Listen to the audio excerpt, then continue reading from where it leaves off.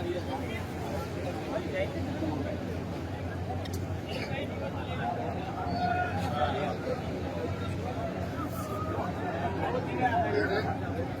જોહાર. આવું ઢીલું ઢીલું નહીં ચાલે ભાઈ. બંને હાથની મુઠ્ઠી વાળો, બંને હાથની મુઠ્ઠી વાળો ને બધા નારો જોર જોરથી બોલાવવો પડશે. કેમ કે આ વિસ્તારમાં જે પ્રકારે 30 વર્ષથી ભારતીય જનતા પાર્ટીનું શાસન છે અને જે નેતાઓ છે એમને પણ ખબર પડવી જોઈએ કે અહીંયા આમ આદમી પાર્ટીની જાહેર સભા છે અને આ સભામાં જોરશોરથી નારા લાગે છે.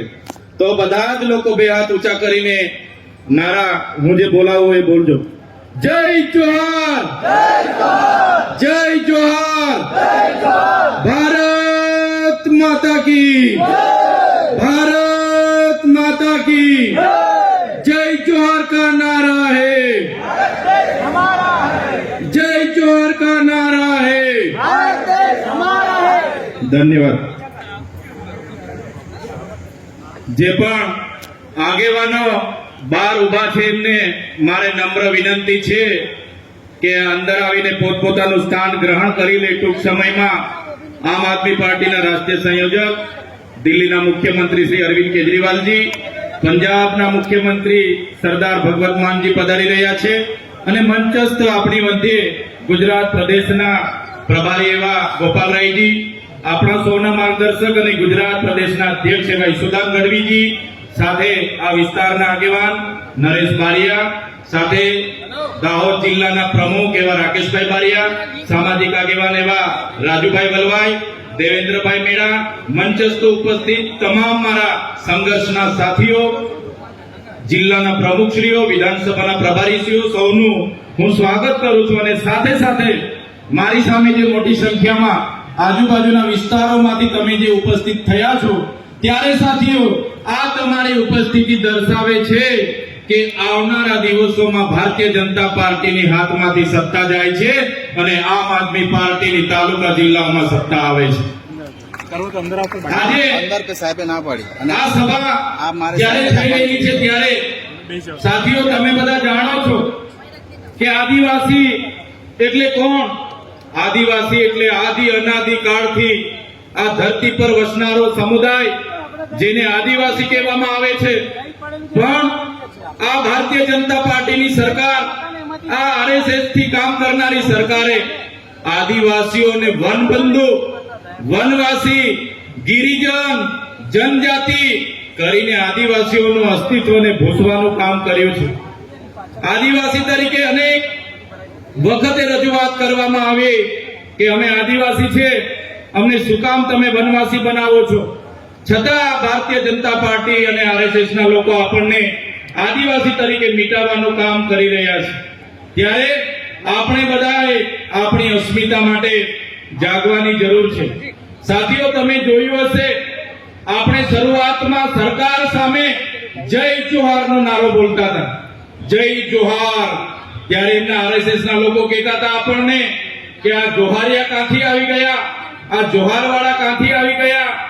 અને આજે આરએસએસ હોય કે ભારતીય જનતા પાર્ટીના નેતાઓ હોય, બધાને જોહાર બોલતા કરી દીધા છે. એ આપણા આદિવાસી સમાજની તાકાત છે. સાથીઓ તમને ખબર હશે, આજથી 3 થી 5 વર્ષ પહેલા આપણે આ વિસ્તારોમાં ભગવાન બિરસા મુંડાની પ્રતિમા મૂકતા હતા, ખાજ્યા નાયકની પ્રતિમા મૂકીએ, રાણા પૂંજા ભીલની પ્રતિમા મૂકીએ, જલકારીબાઈની પ્રતિમા મૂકીએ, ગુરુ ગોવિંદજીની પ્રતિમા મૂકીએ. ત્યારે આ આરએસએસ અને ભાજપના લોકો આપણને કહેતા હતા કે આ લોકો આ વિસ્તારમાં નક્સલવાદ પેદા કરશે, અહીંયા બિરસા મુંડાની પ્રતિમા તમારે નહીં મૂકવાની. આજે તમારી જાગૃતિ એટલી આવી ગઈ છે કે આ ભારતીય જનતા પાર્ટીના લોકોને આજે જનજાતીય ગૌરવ દિવસ ઉજવવાની મજબૂરીમાં ફરજ પડી ગઈ છે. આ આપણી બધાની તાકાત છે. આજથી પહેલા કોઈ બિરસા મુંડાજીને યાદ નહોતા કરતા, તમારી જાગૃતિ આવી ગઈ. તમે ખલનાયક બિરસા મુંડા, જનનાયક બિરસા મુંડાની વાત મૂકતા ગયા. આજે દેશના વડાપ્રધાનને પણ ડેડિયાપાડામાં આવીને બિરસા મુંડાજીની પ્રતિમાને ફૂલ અર્પણ કરવું પડે. એ પ્રતિમા મૂકવા વાળા ચૈતર વસાવા અમારી ટીમ હતી સાથીઓ. ત્યારે આ આપણી જાગૃતિ છે. આપણા ધરતી પર આ વિસ્તારમાં આપણા જે આઝાદીના સંઘર્ષના સાથીઓ આઝાદીમાં શહીદ થયા, એ ચાહે કાતિયા નાયક હોય, કાટિયા મામા હોય, ગુરુ ગોવિંદજી હોય, બિરસા મુંડાજી હોય, કે આપણા રૂપસિંહ નાયક હોય, આપણા જોરિયા પરમેશ્વર હોય, આપણા આ વિસ્તારના નાયકોએ પણ 1857 ના જંગમાં ભાગ લીધો, શહીદી વોરી, અંગ્રેજોને મજબૂર કર્યા.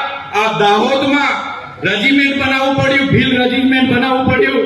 એટલી જોરશોરથી આપણા આદિવાસી પૂર્વજો આઝાદી માટે લડ્યા.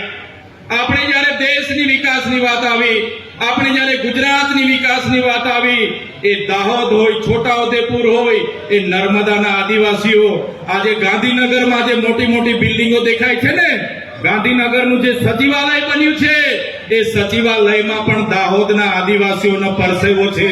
આજે અમદાવાદની હાઈકોર્ટ બની છે, આજે કલેક્ટર કચેરી બની હોય, એસપી કચેરી બની હોય, કે આજે સેશન કોર્ટ હોય, કે જેટલી પણ કોર્ટો બની હશે, આજે જેટલા પણ કોરિડોર બન્યા છે, જેટલા પણ રેલવે બન્યા છે, જેટલા પણ એરપોર્ટ બન્યા છે, જેટલા પણ ડામર રોડ બન્યા છે, એ તમામ વિકાસમાં જો કોઈનું યોગદાન હોય તો એ અમારા દાહોદના આદિવાસીઓનો એમાં પરસેવો છે, પરસેવો. દરેક બિલ્ડિંગના પાયામાં અમારા આદિવાસીઓનો પરસેવો છે. અને એના બદલામાં સરકારોએ આપણને શું આપ્યું? આઝાદીના 78 વર્ષ થઈ ગયા.